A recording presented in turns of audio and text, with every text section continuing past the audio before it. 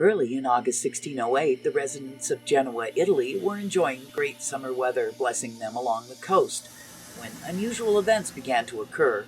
Little did they know that this was the beginning of several weeks of mystery and terror.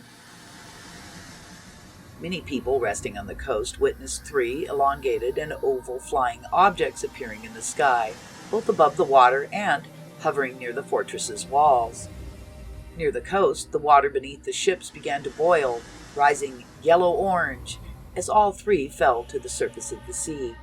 Contact with the water was accompanied by a deafening explosion, according to the large crowd of eyewitnesses gathered on the waterfront to observe the strange proceedings. One spacecraft appeared, shrouded in clouds of yellow vapor, with 2 humanoid creatures clothed in weird red outfits. One other alien like a woman, but coated in shining scales of a silver hue, with a head like a dragon, hung above the ocean.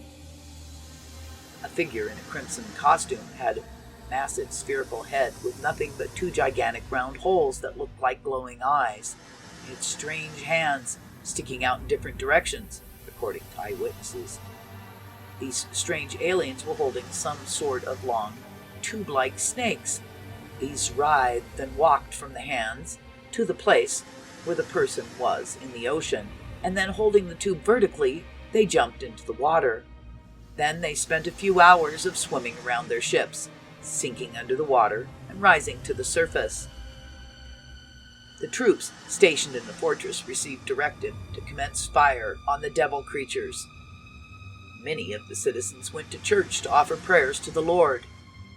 The fortress artillery fired some 800 projectiles at the unwelcome visitors, but they ignored the noise of the cannons and proceeded to travel on their ships. The cannons caused no harm to the aliens or their ships. After some time, repairs effected, the figures left the water and climbed into the flying machine, and then flew into the air, quickly picked up speed, and disappeared on the horizon. Many prophesied the end of the world after seeing the townspeople in ecstasy, and the people en masse made processions with prayers. Then, unbelievably, the flying ships returned just 2 weeks later. Over the sea, there came the same 3 flying ships, carrying 6 other ships that were on fire and looked like dragons. As the flying armada approached Genoa, they were followed by a terrifying screech that shook the soil and the mountains. The mysterious vehicles came to a halt. One of them proceeded to approach the shore. Hundreds of scared people gathered on the beach attempted to flee. Some people were trampled. Several ladies died of panic, and the ships flew down the coast 3 times.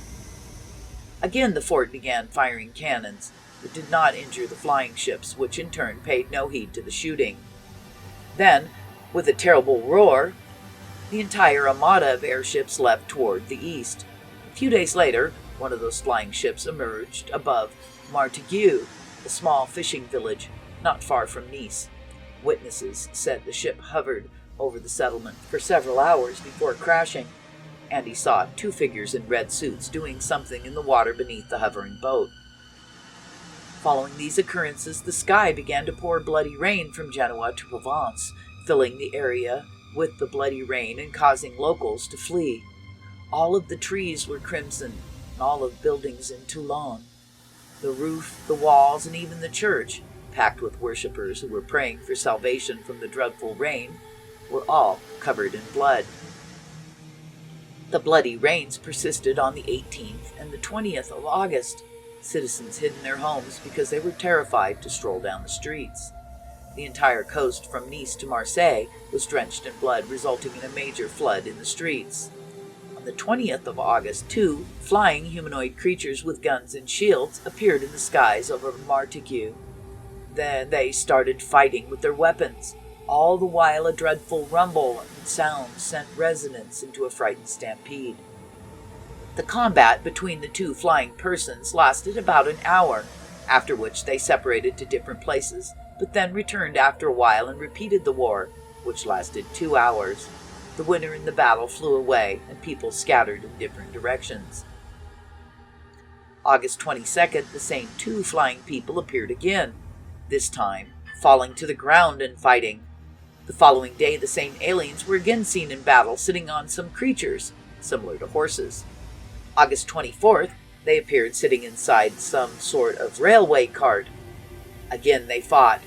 One of the forts fired a shot, and amidst a deafening roar of mini cannon firing, all around swayed and shrouded in smoke smelling of sulfur. The black clouds cinched in tight about the people. When the clouds cleared, the people saw no fighting warriors or their iron wagon fortresses. All of these occurrences left an indelible impression on those who believed it was a sign that they had angered God and that the apocalypse was approaching.